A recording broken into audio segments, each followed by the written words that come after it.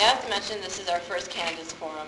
The council felt it was important to bring all the candidates together, recommended by the council or not, in an effort to help educate our fellow citizens and voters of LaGrange on their choices of the library, village, and park district boards on election day, which is Tuesday, April 5th. Before we begin, I'd like to mention or give some thanks to some of the council members who had a hand in helping tonight's event and planning tonight's event.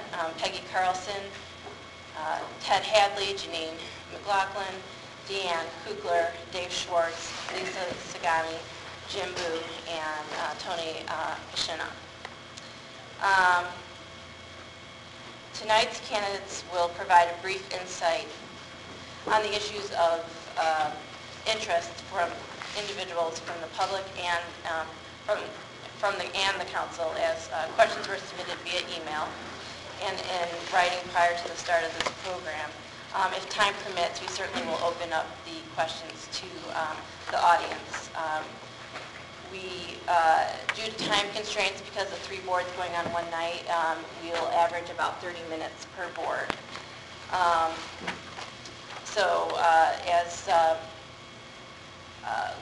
As we move on, I'd like to explain the rules of tonight's forum. Each candidate will have an opportunity to introduce themselves and or give their platform for about 2 minutes prior to beginning, and 1 minute for closing statement. Each board had chosen prior to the start of the forum who will go first for opening statements, and the questions will be random thereafter. Each candidate will have 1 minute to answer each question, and as I said, candidates have drawn a name to determine order of introduction, and the order will change for answering questions. The library candidates will be our first tonight, followed by the village board candidates and then the park district candidates. Will the library candidates please come forward, take a seat at the table. I'd like to introduce the candidates as incumbents Caroline Coriel and newcomers Bridget O'Connor and John Reardon.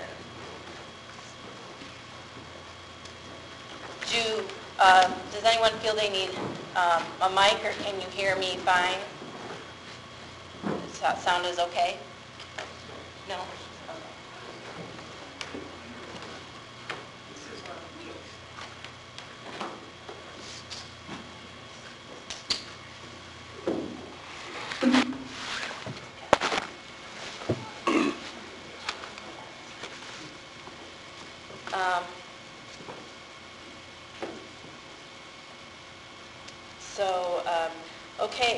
In the drawing we have John, if you could make your opening statement first, then Bridget, and then Caroline.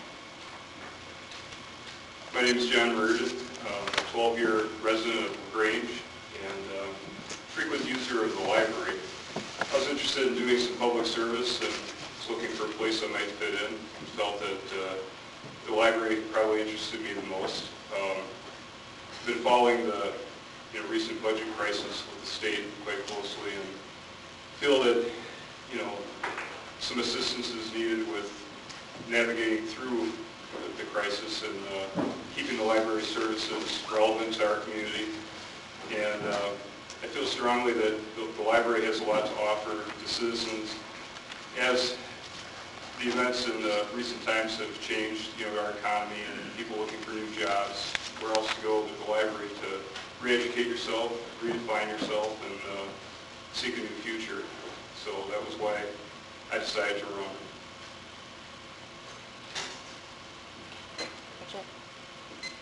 Hi, I'm Bridget O'Connor. I, similar to John, wanted to get more involved in the community. My family moved here 2.5 years ago, and I've been an avid user of this library and libraries in other communities in which I've lived in the past. I have young children and that will be attending the public schools shortly. With budget cuts in the schools, I want to make sure that our libraries have adequate resources to supplement the education that my children will be getting in the public schools. I have a financial services background, and I think that would offer a fresh perspective to the current board makeup.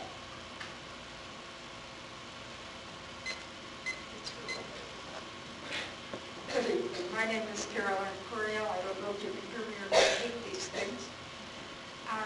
I've been on the board for some time. I've been treasurer for the past 3 years.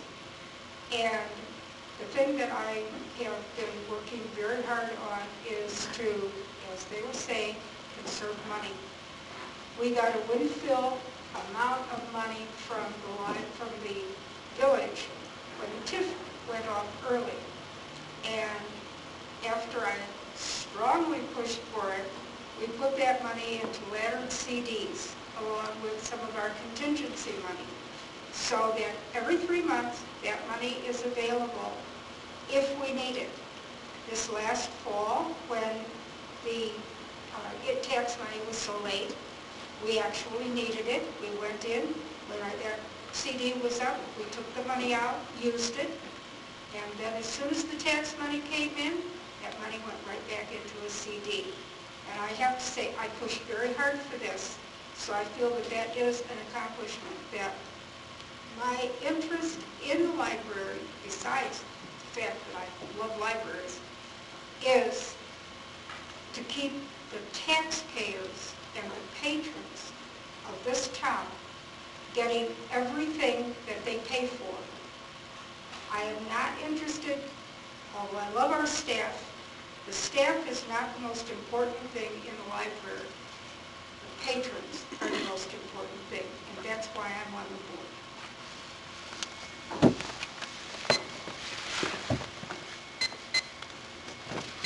Okay, thank you for those statements. Now for our first question. We'll start with Caroline. Please, this comes from Kelly Mogan Meyer on the north side of Spring.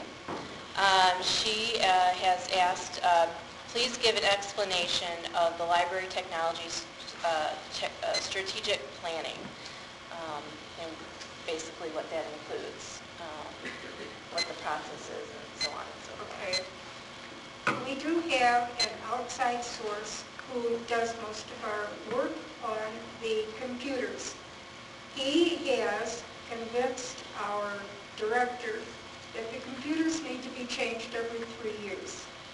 I have fought against this because the federal government doesn't change their computers except every 8 years. And I figure that if they can do it, we can do it. But anyway, their strategic plan is mainly planned by this gentleman, and they very carefully watch the computers, the usage. We have added 10 laptop computers to our standing computers for people, because everybody now that comes into the library says, do you have a computer I can use? But to tell you the honest truth, the strategic plan for the computers in the library does not actually exist. Does that help? Probably nobody wants to hear that, but that's the truth. Okay, I think your 1 minute is up. Bridget, if you wouldn't mind, Bridget and John, you can explain or how you put your envision putting your stamp on the technology strategic planning process.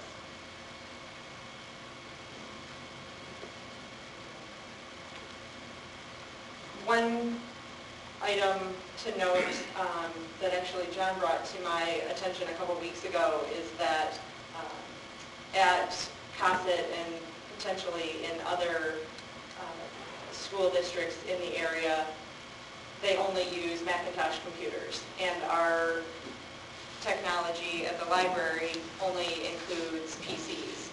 So I think in the event that we add additional computers for use by the patrons, it would be helpful if the students that are used to using Macintosh computers or have homework assignments on Macintosh computers were able to check out a laptop at the library or use a Mac while they're there to further their education.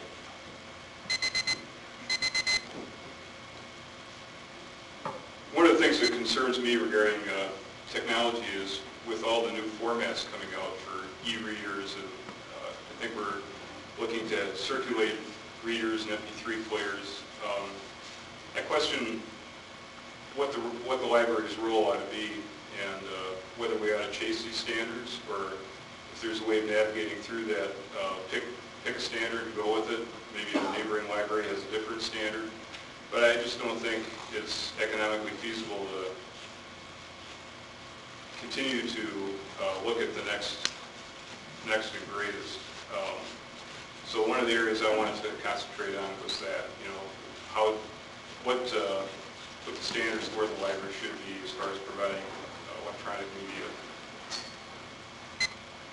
Okay. Kelly had a second part to her question.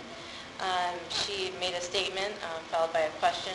She said, my concern is the lack of online database and subscription offerings, especially in the areas of investment, information, news, and learning.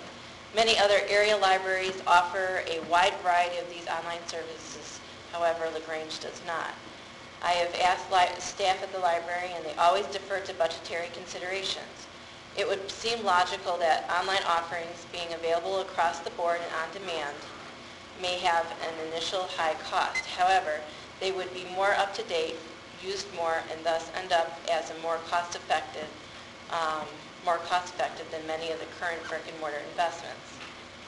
Have any studies been conducted or reviewed to measure the cost-effectiveness of the dollars that are being spent?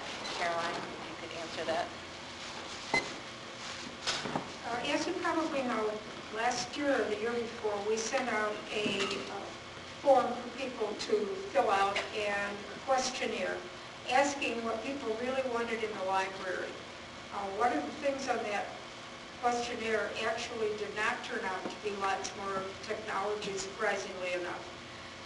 But we are talking about it, and we have not yet done a complete study on the cost of this because no one on the board felt that they were cognizant enough about the technology as it is changing to make a statement and say, well, let's do X and do it immediately when you know that Y is right around the corner and that's going to cost money to change it. So this has been in flux right now. I think it's great that John is interested in this because we need somebody with some of that knowledge and some of that experience to help us through the next few years. We don't want to have technology other than to replace books. But we know that technology is out there that people want to use, including the new e-readers and other things. And as we say, what we want to buy is what people want, but there's only so much money. So, thank you. John and Bridget, John, you can go next. How would you address this issue of online database and subscription offerings as it relates to the overall budget? Well, to be honest, I'd have to look into, I don't have anything to answer that question with, as far as what the cost is. I do know that some of the college databases are available online. You may need an administrator level account in order to get into it, but like U of I has a pretty vast database. You can even download sections of books, and that's available to all the students. I'm imagining that there is some reciprocal agreement that the library could enter into, but I have no idea what that costs. Bridget? I believe in her statement she mentions that other libraries have this service available. I would be interested in speaking with other libraries in neighboring communities and see if this is something that they offer and talk to them about the potential costs and some of the pros and So they're offering that service to their main patrons, and whether it would be feasible for the LaGrange Library to pick that up or to enter into an agreement to maybe do some cross-training, use those services as well. Other than the general economic and budget shortfall issues, what do you believe are the two most significant issues the library will need to address in the next 2 years? And what are your ideas for addressing those issues? John, would you like to answer that first? This is a question relating to the library itself or general programming? The library.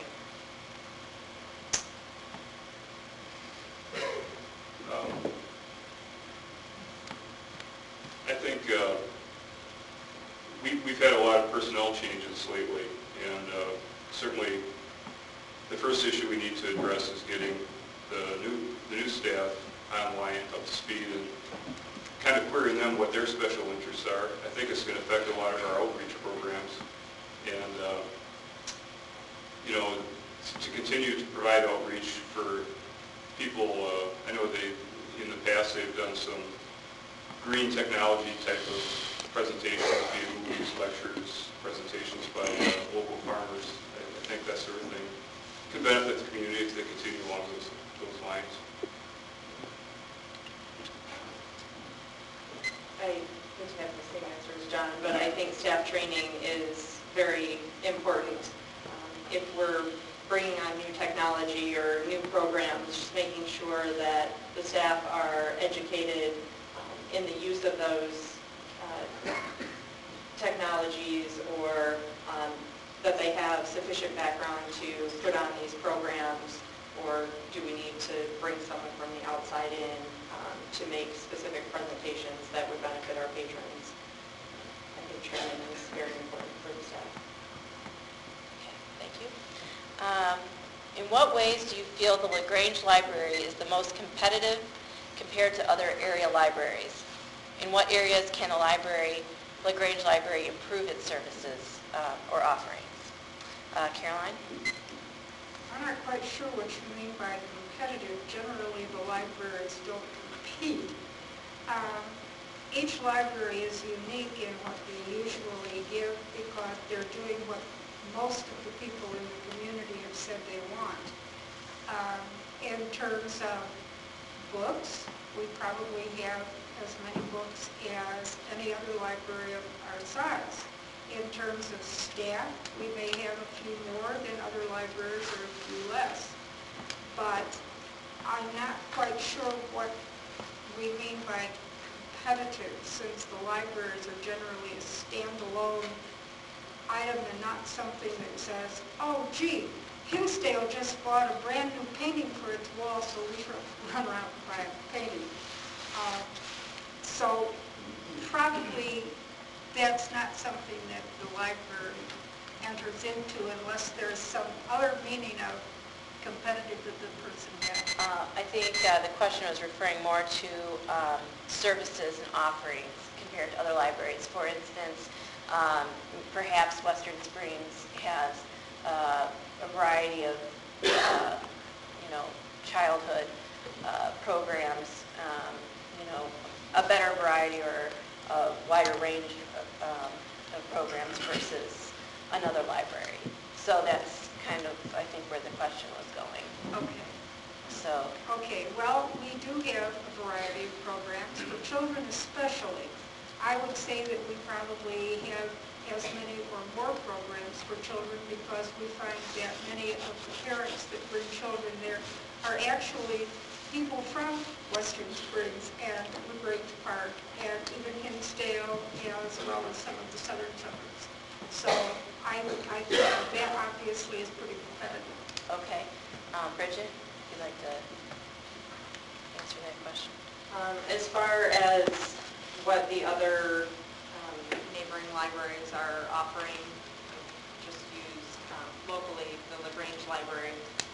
But one thing I can add is that the staff does look at comment cards that come in from patrons with suggestions for increasing programming or offering different types of programming. So I think in that manner they're trying to be as competitive as possible as far as providing the offerings that the local community is looking for. John? In my experience, the Grange Library has excelled in the young children's programs. I'd agree with Carolyn on that.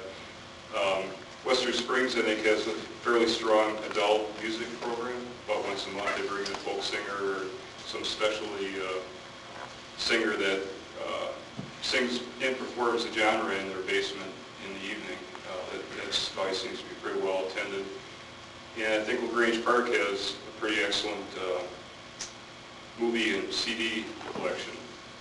So that would be how I characterize the competitive advantages around the surrounding communities. Okay. Do we have, I think we have a few minutes left. In 20, you'll start 10 minutes late. Okay. I'd like to open the question to the audience, open questions up to the audience and media. If you have any questions for the library candidates. Chris?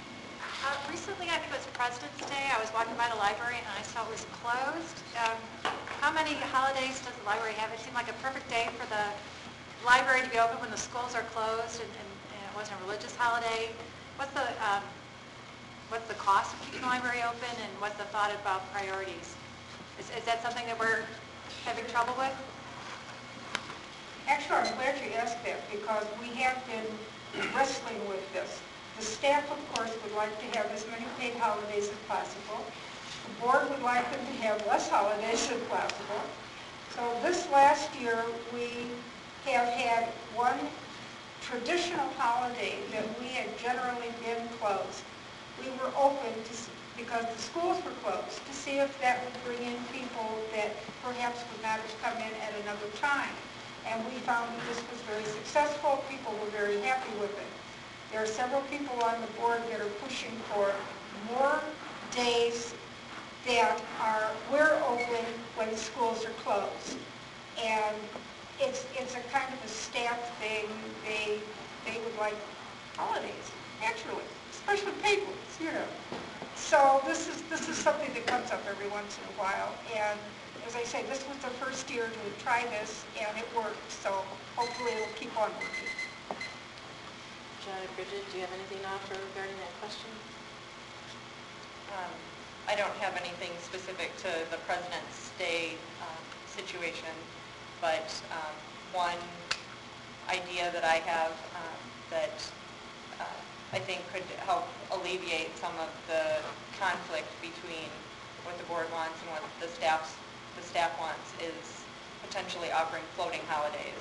If you work on President's Day so that the library can be open for the patrons, maybe, you know, the next Tuesday you get off, something of that nature to accommodate the patrons and the staff. I guess one thing that I'd have to look into, but it does occur to me, if we could increase the level of volunteer librarians, you know, that might be able to supplement the staff and provide services on the days that you want to have it open and schools are closed. So maybe the full-time employees could get their holiday and we could still make do with some volunteer work. Thank you. I saw another hand raised. Yes? Yes. Since the closure of the YMCA, the library seems to be a magnet for a lot of homeless people. Is the library doing anything to police and control that so that it doesn't interfere with the Grange residents' use of the library facilities? Generally speaking, we have had homeless in the library since I've lived in LaGrange since 1972. It has increased a little bit, but so far we have not really had anyone complain about a problem. They generally quietly sit in the corner with a book. There's not any particular policing, but we do have people walking through and checking, make sure that they're not sleeping, they're not bothering people, and if they do, they are removed from the library. If it really is bad, we call the police. But so far, we have not had that problem in the last year. So, yes, it is an ongoing thing, and if it's snowing outside, we don't feel that we can say, hey, go sit outside. So, as long as they're not bothering anyone, we don't bother them. John and Bridget? I agree with that stance. I second it. Well, as a follow-up to the question, they may not be bothering people, but they're certainly taking up a lot of the space in the library. A library that has a very limited number of desks and chairs. I know in the times that I've gone there, you can see homeless people occupying tables, chairs, and it's really kind of frustrating. It's one thing for them not to disturb people, but on the other hand, when they're preventing residents from actually availing themselves of the services that the library provides, it is kind of irritating. I certainly don't want to throw them in the street or anything like that, but it is frustrating when you go to the library working on a project and the limited number of desks and tables is taken up with the homeless. I'd like you to look into that. I mean, I can understand, your position right now, but I find it very frustrating. I've talked to other people as well, and it's caused a number of people to not go to the library as much as they'd like to. I appreciate your responses. I appreciate you bringing it up, and I would certainly be happy to look into it. Could we call on you for further input and run some ideas behind, participate, become part of the solution? Certainly, we'd be more than happy to. It is kind of a delicate issue from the standpoint of citizenship in the community. It's kind of complicated. There's all levels of economic participation, and the homeless, unfortunately, aren't standing on much, so you have to be sympathetic as well. Well, thank you for your thought. Okay, we have we're running out of time, but we'll have one more question. What are your plans for parking in the next 4 years? What are your plans for parking in the next 4 years? Our plans for parking are exactly what they are today. We have talked to the village. We have been told that we cannot put parking on Grange Road under any circumstances. We cannot afford to buy a house to tear it down, to give more parking. One of our problems is that people park in our lot and go to the movie. They go to the church. They go shopping. We can't police it 24 hours a day or for the hours that we are there.